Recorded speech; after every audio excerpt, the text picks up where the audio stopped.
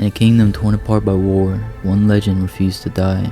They spoke of a lost crown, a forgotten king, and the last dragon waiting deep within the mountains.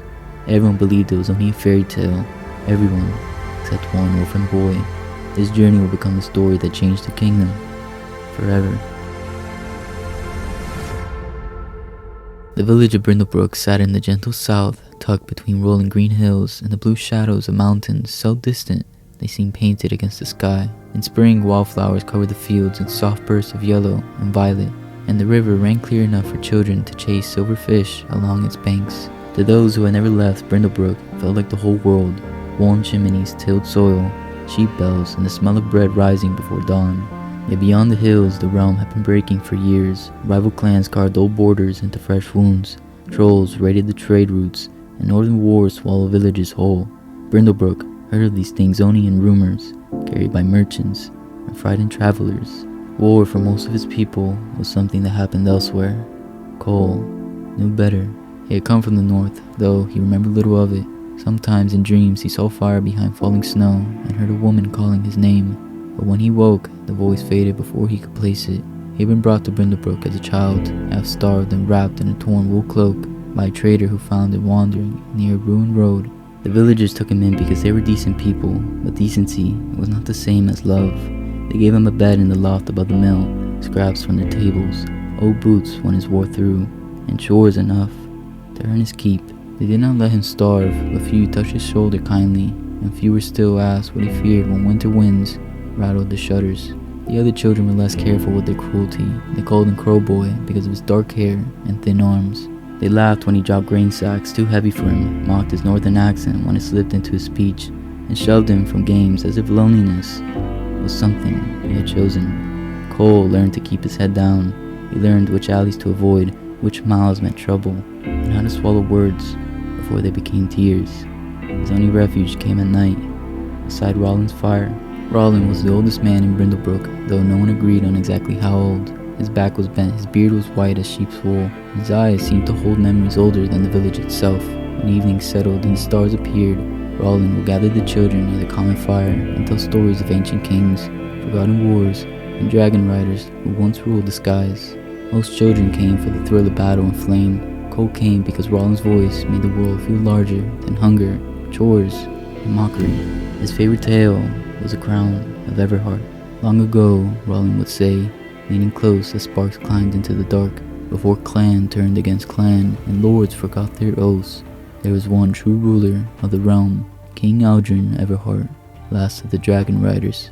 He did not rule by fear, but by bond. His dragon Valor carried him over battlefield and harvest field alike, and where their shadow passed, enemies lowered their blades.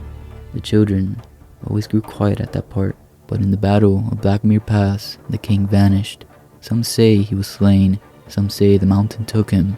His crown was lost with him, and without it, the realm fractured. Now it rests in a cave beyond the northern cliffs, guarded by the last dragon. Whoever survives the dragon's trial and claims the crown will earn the beast's loyalty and reunite the broken lands.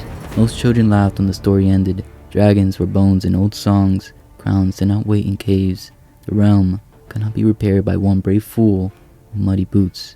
Cole never laughed. He listened closest when Rollin recited the rhyme, his old voice softening as if speaking a prayer. Past the cliffs where cold winds mourn, find the mouth of jagged thorn.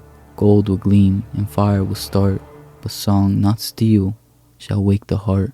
Cole did not understand the last line, song, not steel. It sounded wrong for a dragon's trial. Heroes and stories carried swords, not songs.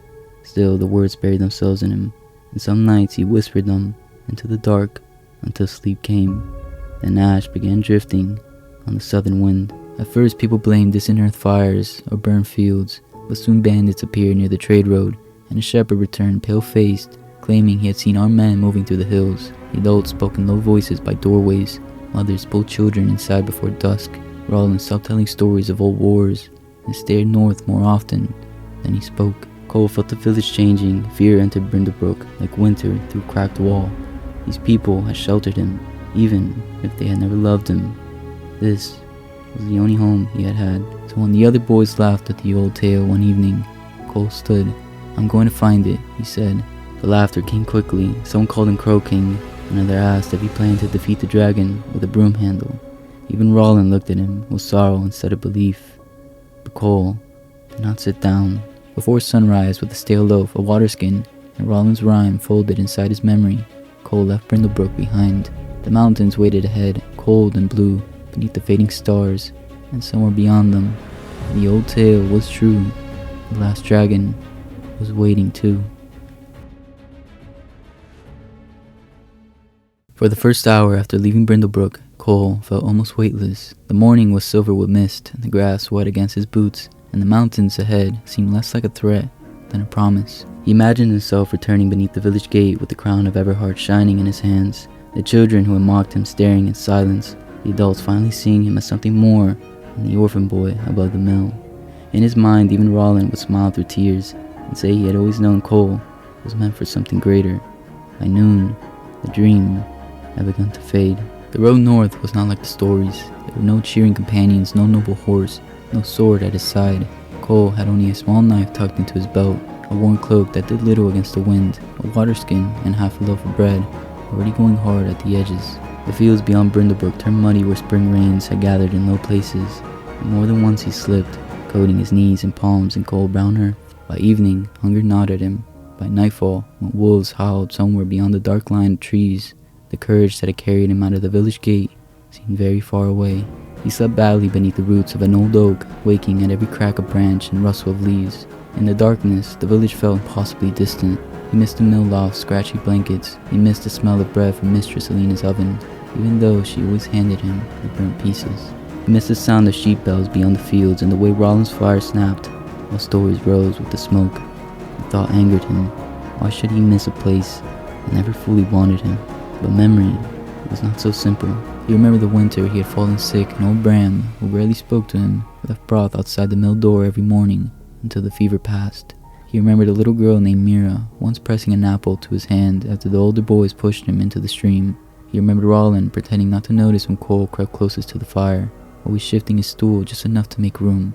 Brindlebrook had hurt him, yes, but it had also kept him alive. It had been careless with his heart, but not with his life. On the second day, the land began to rise. Green fields gave way to dark woods where the trees crowded close and the air smelled of moss, rot, and rain.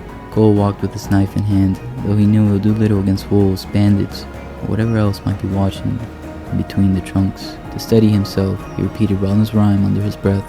Past the cliffs where cold winds mourn, find the mouth of jagged thorn. Gold will gleam and fire will start, a song not steel shall wake the heart.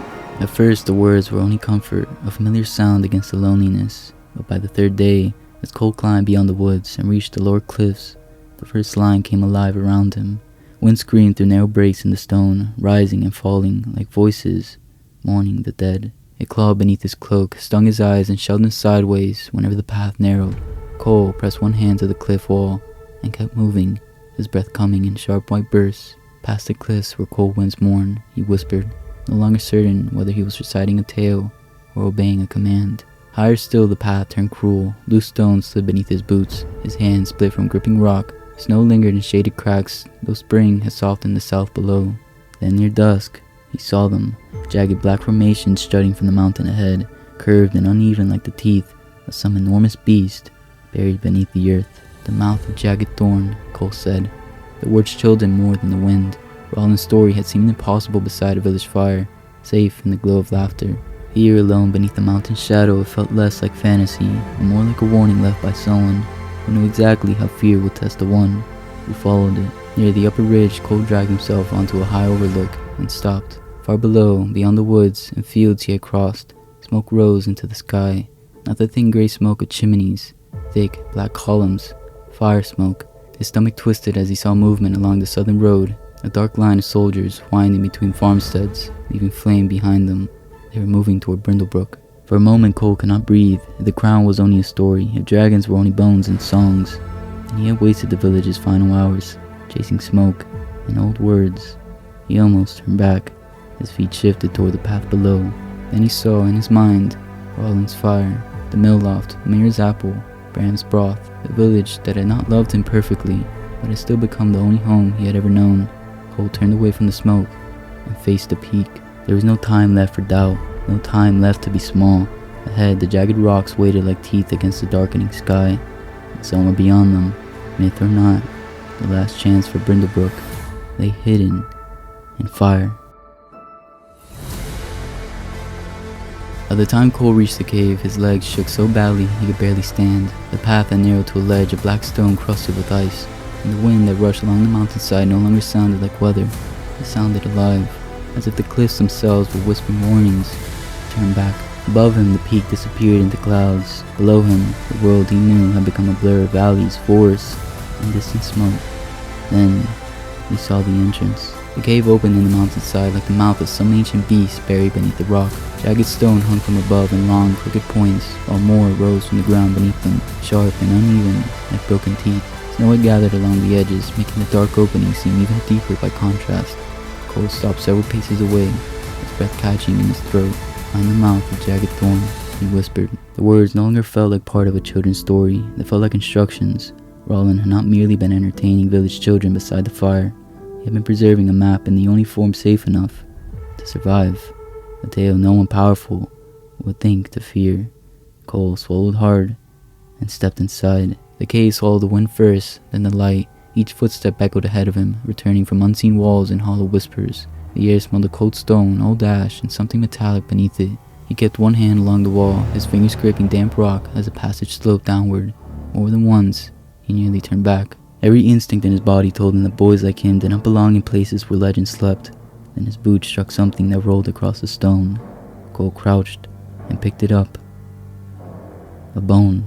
He dropped it with a gasp and stumbled backward, only to step against the rusted rim of an old shield. As his eyes adjusted to the dimness, the passage revealed its warnings. Bones lay scattered along the floor, some old enough to be pale and smooth, others blackened by fire. Cracked swords leaned against the walls, spears half snapped, a helmet sat upside down beside a skeleton whose fingers still clutched a jeweled dagger. These had been knights, soldiers, treasure seekers, perhaps even princes. Men who had arrived with armor, strength, and confidence. Men who had believed the crown was a prize, waiting for whoever dared to claim it. None had left. Cole's small knife suddenly felt ridiculous against his hip. He forced himself onward. The deeper he went, the more the darkness changed. At first, Cole thought his eyes were playing tricks on him, but then he saw it, a faint golden shimmer touching the walls ahead. It trembled like reflected sunlight on water. His pace quickened despite his fear, and the narrow passage finally opened into a cavern so vast that Cole forgot how to breathe. Treasure covered the chamber. Gold coins spilled in rivers across the stone floor. Ancient banners hung in tatters from broken poles. Jeweled cups, silver masks, carved boxes, chainmail, shields, and weapons from forgotten kingdoms lay heaped together as if history itself had been gathered and abandoned there. A shaft of pale mountain light fell from a crack high above, illuminating the center of the cavern. There, atop a mound of gold, rested the crown of Everheart. It was simpler than Cole expected, not enormous, not gaudy, but beautiful in a way that made his chest ache. Gold branches curved upward from its band, like the limbs of a tree, each tip set with a small white stone that caught the light like stars. It was real. The crown was real. The story was real. Cole took one step toward it, then the mountain trembled. Coins slid down the mound with a sound like rain. Somewhere in the darkness beyond the treasure, something vast shifted. Cole froze, two eyes opened in the shadows, burning amber and ancient with intelligence. The last dragon emerged. It was larger than any creature Cole had ever imagined, its body unfolding from the dark like a living wall of iron. Black scales covered it from horned head to sweeping tail, each one edged with a dull red glow like embers beneath ash. Its wings dragged against the cavern floor, torn in places, but still powerful enough to stir dust and gold with a single movement. When it lowered its head toward him, Cole saw not hunger in his eyes, but judgment. He ran. Fire exploded behind him, roaring across the cavern in a wave of heat that threw him off his feet. Cole scrambled behind a fallen stone pillar as flames washed over it, turning the air white hot. His cloak smoked at the edges, his throat burned. The dragon's claws struck the ground nearby, shattering stone where he had been moments before. Cole crawled between broken pillars and toppled shields, sobbing for breath. He could not fight this thing. He was not a knight. He was not a hero. He was a thin, frightened boy with a dull knife and shaking hands, trapped in the den of a creature older than kingdoms. Then the final line returned to him. A song, not steel, shall wake the heart. Cole pressed his back against the stone as the dragon drew closer, his throat glowing with fire. His voice came out broken at first. Past the cliffs where cold winds mourn, The dragon paused. Cole stared, hardly daring to breathe. Then trembling, he continued, forcing the words into a melody he remembered from Roland's softest storytelling voice. Find the mouth of a jagged thorn. The glow in the dragon's throat dimmed. Cole rose slowly, still singing, his voice mauled beneath the cavern's vast ceiling. Gold will gleam, and fire will start. The dragon lowered its head, its eyes, once burning with fury, flickered with something stranger. Recognition, pain, memory. A song, not steel, shall wake the heart. The cavern went still. The last dragon bowed its ancient head before him, not in surrender, but as if hearing, after endless years of silence. The cavern remained silent except for Cole's trembling breath and the faint clink of coins shifting beneath his boots. The dragon watched him from the shadows, its ancient head lowered, amber eyes fixed on him, with a terrible stillness. Cole's first instinct was to run for the crown while the creature was calm, but the bones scattered across the stone reminded him what happened to those who rushed toward glory. Knights had come with swords, princes had come with pride, treasure seekers had come with greed bright in their eyes. None of them had understood the song. So Cole moved slowly, past the cliffs where cold winds mourn. He whispered, barely louder than a breath. His voice shook, but the melody steadied him. Find the mouth of jagged thorn. The dragon's eyes followed every step, its claws flexed against the stone, each talon longer than Cole's arm, but it did not strike. The heat rolling from its body warmed the cold cavern air, carrying the smell of smoke, iron, and something older than fire. Cole kept his hands visible. He did not touch the jeweled cups or shining swords. He did not look longingly at the piles of gold. For the first time, he understood that the treasure was part of the trial. The crown was not guarded from everyone. It was guarded from those who wanted only to take. When he reached the mound at the center of the cavern, Cole stopped beneath the shaft of pale mountain light. The crown of Everheart rested before him, waiting as quietly as a sleeping bird. Up close, it was not the grand thing he had imagined beside Roland's fire. It was beautiful, yes, but simple. Its golden branches curved like young tree limbs, and the small white stones set along the tips glimmered like captured stars. It did not seem like a prize meant to lift a boy above others. It seemed heavy with all the lives it was meant to protect. Cole thought of Brindlebrook, of the mill loft, of Roland's fire, of the villagers who had laughed when he left, and the few who had kept him alive without ever knowing how much their small kindness mattered. He reached out and lifted the crown. The dragon roared. The sound struck the cavern like thunder. Gold slid down the mound in glittering streams as a beast surged upright, wings spreading wide enough to blot out half the chamber. Fire gathered in its throat, red and white, and bright enough to blind. Cole froze with the crown in both hands, certain he had misunderstood everything. He had come too far only to die like all the others. But the fire did not come. The dragon lowered its head until one enormous eye was level with his own. In that burning gaze, Cole saw grief, loyalty, and endless waiting. Slowly, with hands that would not stop shaking, he placed the crown upon his head. The dragon bowed. Cole could not speak. The creature turned, presenting the ridge of its back, and after a long moment of terrified disbelief, Cole climbed onto it. Its scales were warm beneath his palms, rough as hammered iron.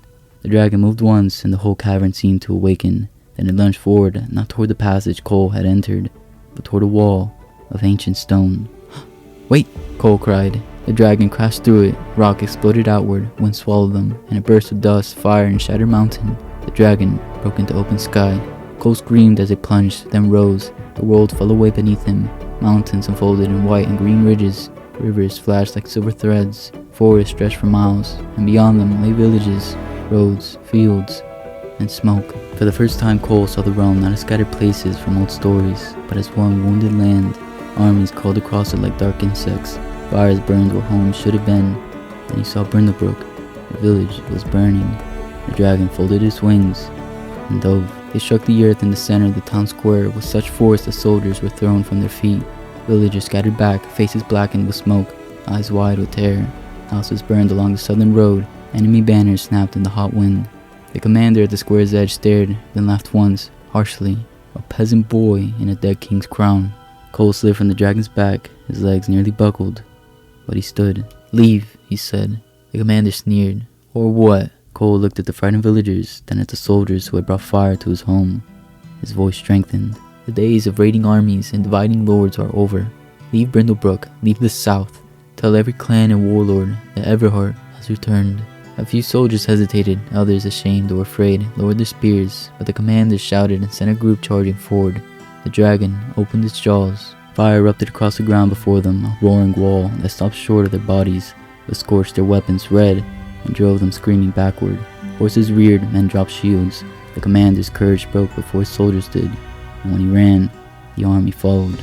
Silence settled slowly over the ruined square. Cole turned toward the villagers. No one laughed now. No one called him Crowboy. They stared at the crown, the dragon, and the small trembling boy who had returned from the mountain, carrying both legend and fire. For a long moment after the invaders fled, Brindlebrook did not move. The village square stood in stunned silence, broken only by the crackle of burning thatch and the distant clatter of retreating soldiers. Smoke curled around the dragon's folded wings, drifting past the crown of Everheart, where it rested on Cole's head. And someone began to cheer. It was small at first, almost disbelieving, but another voice joined it, and another, until the square erupted with cries of relief, awe, and joy. People rushed toward Cole, though none dared come too close to the dragon. Men who had once ignored him shouted his name as if they had loved him all along. Women wept openly. Children stared with wide eyes, their faces streaked with soot and wonder. One of the boys who used to call him Crowboy dropped to his knees, unable to meet Cole's gaze. The elders bowed their heads and whispered that the old tale had come true, that the crown had chosen him, that Everheart had returned. Cole stood among them, overwhelmed and strangely frightened. He had imagined proving himself 100 times, but never like this. In his dreams he had returned tall and certain, wrapped in glory. In truth, his hands were still shaking, his throat hurt from smoke, his knees felt weak beneath him. The crown, which should have made him feel powerful, seemed heavier with every cheer. He wanted them to see that he mattered. Now they looked at him as if he belonged to more than himself. The dragon shifted beside him, and the celebration quieted at once. Its grey head turned slowly, not toward Cole, not toward the frightened villagers, but toward Roland. The old storyteller stood near the edge of the square, his white beard stirred by the smoky wind. Unlike the others, he did not step back, he did not tremble. His eyes were wet, but not with fear, with recognition. The dragon lowered its massive head. Roland walked forward, each step slow and heavy, as if crossing not a village square, but decades of memory. When he reached the beast, he lifted one weathered hand and placed it against the dragon's snout. "How have you been, old friend?" he whispered. Cole felt the world tilt beneath him. The villagers murmured. Some made signs against evil. Others stared at Roland as if seeing him for the first time. Cole stepped closer, the crown suddenly cold against his brow. "You know it?" Roland kept his hand on the dragon, whose amber eyes softened beneath his touch. "Yes." Cole's voice tightened. "How?" The old man closed his eyes for a moment. When he opened them, the storyteller's gentleness remained, but beneath it stood someone older, deeper, and burdened by truths long buried. "Because I wrote him once," Roland said, "and because the crown you wear was mine." No one spoke. Roland turned to the villagers, then to Cole. "My name was Aldrin Everheart. I was the last dragon rider, though the songs made me better than I was. They called me king, unifier, protector. But every year, more men died in my name. Every victory demanded another. Every lord who swore loyalty sharpened knives behind his back. At Blackmere Pass, I watched thousands burn for a realm that no longer knew why it fought." Cole stared at him, unable to reconcile the bent old man by the fire with the vanished ruler of legend. "So you hid?" Cole asked, hurt rising before he could stop it. "You let the realm break?" Roland accepted the words without flinching. "Yes and no. I came here wounded, tired of crowns and corpses. I meant to rest only a little while. Then I met a woman who laughed at my solemn face and taught me how to plant beans. For the first time, I lived without asking men to die for me." His voice softened. "I did not regret her. I do not regret the peace I had with her." "But you could have stopped all this," Cole said, gesturing toward the burned homes, the frightened people, the smoke still rising from the road. Roland's eyes filled with sorrow. "Perhaps, or perhaps I would have become another old warrior demanding obedience, because he remembered greatness. The realm does not need the strongest man. It does not need a legend dragging himself from a grave. It needs someone who knows what power feels like, and beneath it." Cole looked down as Roland stepped closer. "When you were brought here from the north, half-starved and silent, I saw something in you. Not noble blood, not strength. Belief. You listened when others laughed. You remembered the rhyme not because you wanted gold, but because you wanted purpose. I taught the tale for years, hoping no one would ever need it. But if the day came, I believed you might be brave enough to follow it." Cole's eyes burned. I'm just a peasant boy." "No," Roland said gently. "You were a boy who was forgotten, hungry, mocked, and lonely. And when danger came, you still chose to save the people who had not always been kind to you. This is why the dragon bowed." The dragon rumbled softly, as if agreeing. Around the square, the villagers lowered their eyes, shame mixing with awe. Cole looked at their faces and felt the old ache inside him, but it no longer ruled him. He had wanted their approval once. Now he understood that worth was not something they had the power to give. Roland placed a hand on his shoulder. "Brindlebrook is only the beginning. The realm is burning, Cole. The clans will not kneel to a crown alone. They must see the heart beneath it. Go to them. Unite what we failed to protect." Cole turned toward the dragon. Fear rose in him, but beneath it was something steadier. Not pride, not revenge. Purpose. He climbed onto the dragon's back as the villagers stepped aside. The crown of Everheart gleamed in the smoky dawn. Roland stood below, old and tired, yet smiling as if a burden had finally passed from his hands. The dragon spread its wings. As Cole rose into the sky, Brindlebrook became small beneath him, and the hills, then the roads leading into the wounded realm beyond. Fires still burned in the distance, but now, above them, the dragon's shadow crossed the land. A new age had begun, not led by a noble-born king, but by a peasant boy who had proven himself worthy.